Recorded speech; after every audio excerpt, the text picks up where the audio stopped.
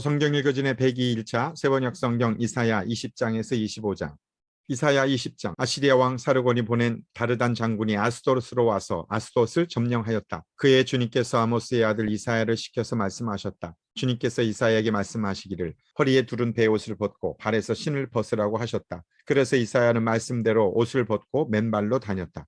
그때 주님께서 말씀하셨다. 나의 종 이사야가 3년 동안 벗은 몸과 맨발로 다니면서 이집트와 에티오피아에게 표징과 징조가 된 것처럼 아시리아 왕이 이집트에서 잡은 포로와 에티오피아에서 잡은 포로를 젊은이나 늙은이 할 것 없이 모두 벗은 몸과 맨발로 끌고 갈 것이니 이집트 사람이 수치스럽게도 그들의 엉덩이까지 드러낸 채로 끌려갈 것이다. 그리하여 에티오피아를 의지하던 자들과 이집트를 그들의 자랑으로 여기던 자들이 두려워하고 부끄러워할 것이다. 그날이 오면 이 해변에 사는 백성이 이렇게 말할 것이다. 우리가 의지하던 나라 아시리아 왕에게서 구해달라고 우리를 살려달라고 도움을 청한 나라가 이렇게 되었으니 이제 우리가 어디로 피해야 한단 말이냐.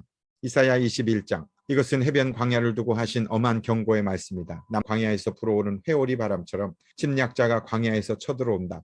땅에서 몰아쳐온다. 나는 끔찍한 계시를 보았다. 배신하는 자가 배신하고 파괴하는 자가 파괴한다. 엘라마 공격하여라. 메데아 에워싸가라. 내가 바빌론의 횡포를 그치게 하고 억압받는 사람들의 탄식 소리를 그치게 하겠다. 그러자 나는 허리가 끊어지는 것처럼 아팠다. 아기를 낳는 산모의 고통이 이런 것일까? 온몸이 견딜 수 없이 아팠다. 그 말씀을 듣고 귀가 멀었으며 그 광경을 보고 눈이 멀었다. 나의 마음은 갈피를 잡지 못하고 공포에 질려 떨었다. 내가 그처럼 보고 싶어한 희망찬 새벽빛은 도리어 나를 무서워 떨게 하였다. 내가 보니 사람들이 잔치상을 차려놓고 방석을 깔고 앉아서 먹고 마신다. 갑자기 누가 명령한다. 너희 지휘관들아 일어나거라. 방패를 들어라. 주님께서 나에게 이렇게 말씀하셨다. 너는 가서 파수꾼을 세우고 그가 보는 대로 보고하라고 하여라. 기마병과 함께 오는 병거를 보거나 낙타를 탄 사람이 나타나면 살펴보라고 하여라. 파수꾼이 외친다. 지휘관님, 제가 온종일 망대 위에 서 있었습니다. 밤새 경계구역을 계속 지키고 있었습니다. 그런데 갑자기 병거가 몰려오고 기마병이 무리를 지어온다. 누가 소리친다. 바빌론이 함락되었다. 바빌론이 함락되었다. 조각한 신상들이 모두 땅에 떨어져서 박살났다. 짓밟히던 나의 결여여, 타작마당에서 으깨지던 나의 동포여, 이스라엘의 하나님 만군의 주님께서 나에게 말씀하신 것을 이렇게 내가 그대들에게 전한다. 이것은 두 말을 두고 하신 엄한 경고의 말씀이다. 세일에서 누가 나를 부른다. 파수꾼아, 밤이 얼마나 지났느냐. 파수꾼아, 날이 새려면 얼마나 더 남았느냐. 파수꾼이 대답한다. 아침이 곧 온다.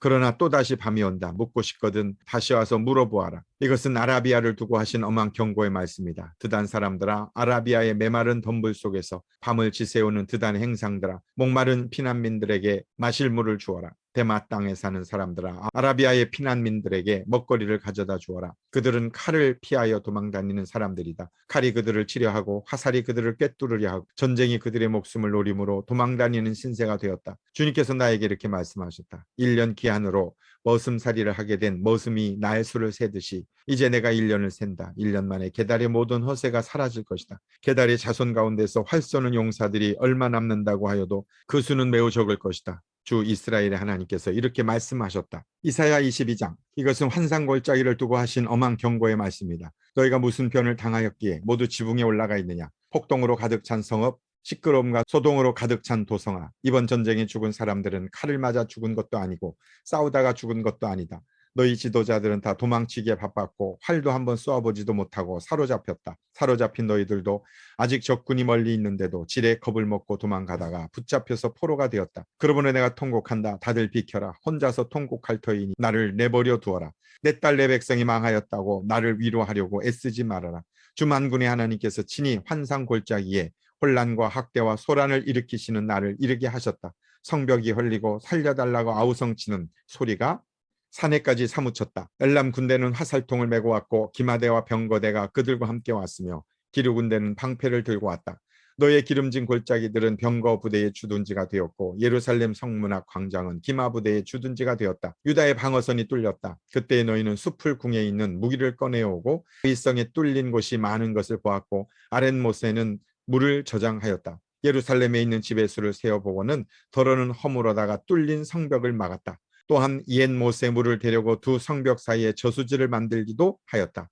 그러나 너희는 일이 이렇게 되도록 하신 분을 의지하지 않고 이 일을 옛적부터 계획하신 분에게는 관심도 없었다. 그날에 주 만군의 하나님께서 너희에게 통곡하고 슬피 울라고 하셨다. 머리털을 밀고 상복을 몸에 두르라고 하셨다. 그런데 너희가 어떻게 하였느냐? 너희는 오히려 흥청망청 소를 잡고 양을 잡고 고기를 먹고 포도주를 마시며 내일 죽을 것이니 오늘은 먹고 마시자 하였다. 그래서 만군의 주님께서 나의 귀에 대고 말씀하셨다. 이 죄는 너희가 죽기까지 용서받지 못한다. 주 만군의 하나님께서 이렇게 말씀하셨다. 주 만군의 하나님께서 이렇게 말씀하신다. 너는 궁중의 일을 책임진 총책임자 셈나에게 가서 나의 말을 전하여라. 내가 이곳과 무슨 상관이 있기에, 이곳에 누가 있기에 여기다 너의 무덤을 팠느냐? 높은 곳에 무덤을 파는 자야, 바위에 누울 자리를 쪼아내는 자야. 그렇다, 너는 권세가 있는 자다. 그러나 주님께서 너를 단단히 묶어서 너를 세차게 내던지신다. 너를 공처럼 둥글게 말아서 넓고 아득한 땅으로 굴려버리신다. 내가 거기에서 죽을 것이다. 내가 자랑하던 그 화려한 병거들 옆에서 내가 죽을 것이다. 그리하여 너는 너의 상전의 집에 수치거리가 될 것이다. 내가 너를 너의 관직에서 쫓아내겠다. 그가 너를 그 높은 자리에서 끌어내릴 것이다. 그날이 오면 내가 힐기야의 아들인 나의 종 엘리야김을 불러서 너의 관복을 그에게 입히고 띠를 그에게 띠게 하고 너의 권력을 그의 손에 맡길 것이니 그가 예루살렘에 사는 사람들과 유다 집안의 아버지가 될 것이다.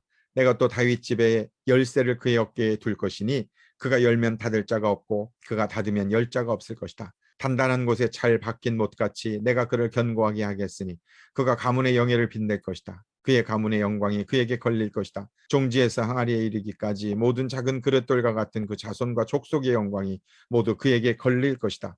만군의 주님의 말씀이다. 그날이 오면 단단한 곳에 잘 박힌 못이 삭아서 부러져 떨어질 것이니 그 위에 걸어둔 것들이 산산조각이 날 것이다. 이것은 주님께서 하신 말씀이다. 이사야 23장. 이것은 두로를 두고 하신 엄한 경고의 말씀이다. 다시스의 베드라, 너희는 슬피 울어라. 두로가 파멸되었으니 들어갈 집도 없고 닻을 내릴 항구도 없다. 키프로스에서 너희가 이 소식을 들었다. 항해자들이 부유하게 만들어준 너희 섬 백성들아, 시돈의 상인들아, 잠잠하여라. 시월의 곡식 곧 나일의 수확을 배로 실어들였으니 두로는 곧 문나라의 시장이 되었다. 그러나 너 시도나 너 바다의 요새야. 내가 수치를 당하였다. 너의 어머니인 바다가 너를 버리고 이렇게 말한다. 나는 산고를 겪지도 않았고 아이를 낳지도 못하였다. 아들들을 기른 일도 없고 딸들을 키운 일도 없다. 두로가 파멸되었다는 소식이 이집트에 전해지면 이집트마저도 충격을 받고 낙심할 것이다. 베니게의 주민아 스페인으로 건너가거라. 섬나라 백성아 슬피 울어라. 이것이 너희가 그렇게 좋아하던 도성 두로냐? 그토록 오랜 역사를 가지고 저 먼 곳에까지 가서 식민지를 세우던 도성이냐? 빛나는 왕관을 쓰고 있던 두로 그 상인들은 귀족들이요 그 무역상들은 세상이 우러러보던 사람들이었는데 두로를 두고 누가 이런 일을 계획하였겠느냐.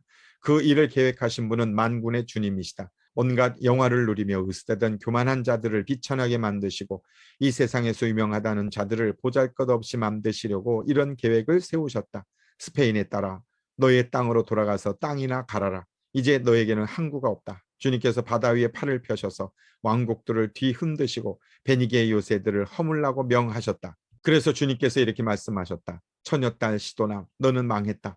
내가 다시는 우쭐해지 못할 것이다. 일어나서 키프로스로 건너가 보아라. 그러나 거기에서도 내가 평안하지 못할 것이다. 바빌로니아 사람의 땅을 보아라. 백성이 없어졌다. 아시리아 사람이 그곳을 들짐승이 사는 곳으로 만들었다. 그들이 도성 바깥에 흙 언덕을 쌓고 성을 공격하여 궁전을 헐어 황폐하게 하였다. 다시스의 베드라 너희는 슬피 울어라. 너희의 요새가 파괴되었다. 그날이 오면 한 왕의 수명과 같은 70년 동안 두로가 잊혀지겠으나 70년이 지난 뒤에는 두로가 창녀의 노래에 나오는 주인공처럼 될 것이다.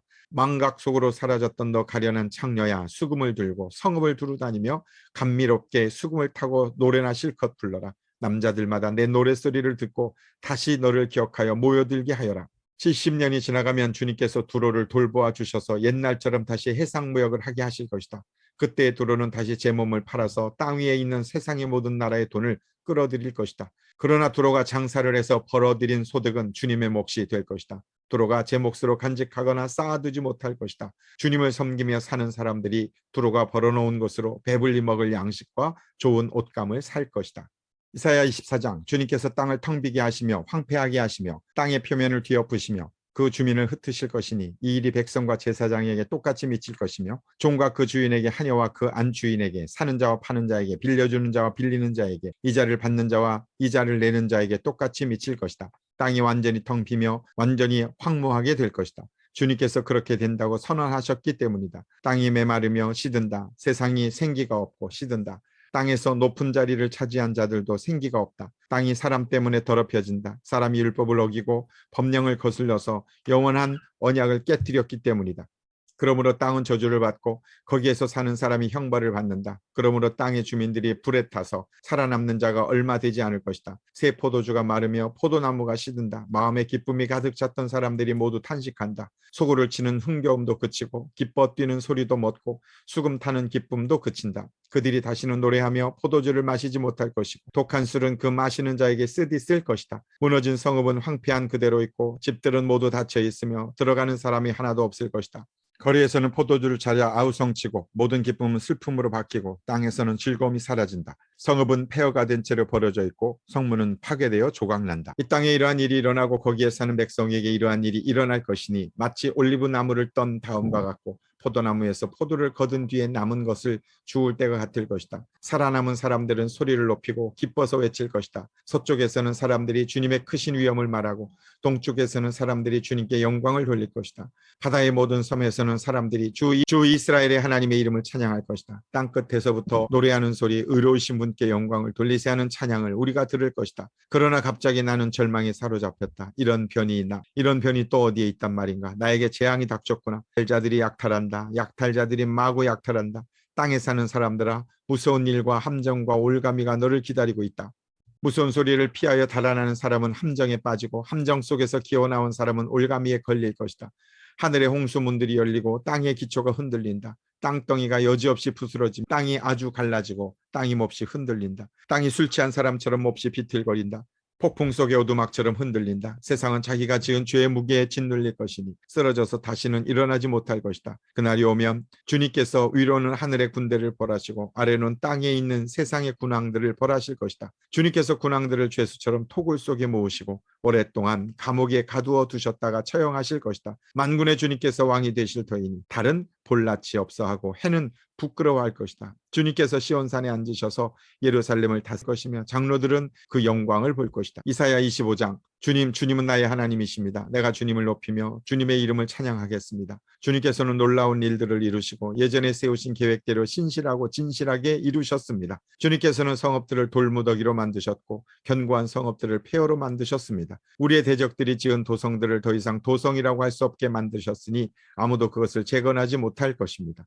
그러므로 강한 민족이 주님을 영화롭게 할 것이며 포악한 민족들의 성읍이 주님을 경 것입니다. 참으로 주님께서는 가난한 사람들의 요새이시며 곤경에 빠진 불쌍한 사람들의 요새이시며 폭풍을 피할 피난처이시며 뼈약볕을 막는 그늘이십니다. 흉악한 자들의 기세는 성벽을 뒤흔드는 폭풍과 같고 사막의 열기와 같습니다. 그러나 주님께서는 이방 사람의 함성을 잠잠하게 하셨습니다. 구름 그늘이 뙤약볕의 열기를 식히듯이 포악한 자들의 노랫소리를 그치게 하셨습니다. 만군의 주님께서 이 세상 모든 민족을 여기 시온산으로 부르셔서 풍성한 잔치를 베푸실 것이다. 기름진 것들과 오래된 포도주, 제일 좋은 살코기와 잘 익은 포도주로 잔치를 베푸실 것이다. 또 주님께서 이 산에서 모든 백성이 걸친 수의를 찢어서 벗기시고 모든 민족이 입은 수의를 벗겨서 없애실 것이다. 주님께서 죽음을 영원히 멸하신다. 주 하나님께서 모든 사람의 얼굴에서 눈물을 말끔히 닦아주신다. 그의 백성이 온 세상에서 당한 수치를 없애주신다. 이것은 주님께서 하신 말씀이다. 그날이 오면 사람들은 이런 말을 할 것이다. 바로 이분이 우리의 하나님이시다. 우리가 하나님을 의지하였으니 하나님께서 우리를 구원하신다. 바로 이분이 주님이시다. 우리가 주님을 의지한다. 우리를 구원하여 주셨으니 기뻐하며 즐거워하자. 주님께서 시온산은 보호하시겠지만 모압은 마치 지푸라기가 걸은 물구덩이에서 짓밟히듯이 제자리에서 비게 하실 것이다. 헤엄치는 사람이 팔을 휘저어서 헤엄을 치듯이 모압이 그 걸은 물구덩이에서 두 팔을 휘저어 빠져나오려고 하여도 주님께서는 모압의 팔을 그의 교만과 함께 가라앉게 하실 것이다. 튼튼한 모압의 성벽을 헐어내셔서 땅의 먼지바닥에 폭삭 주저앉게 하실 것이다. 아멘.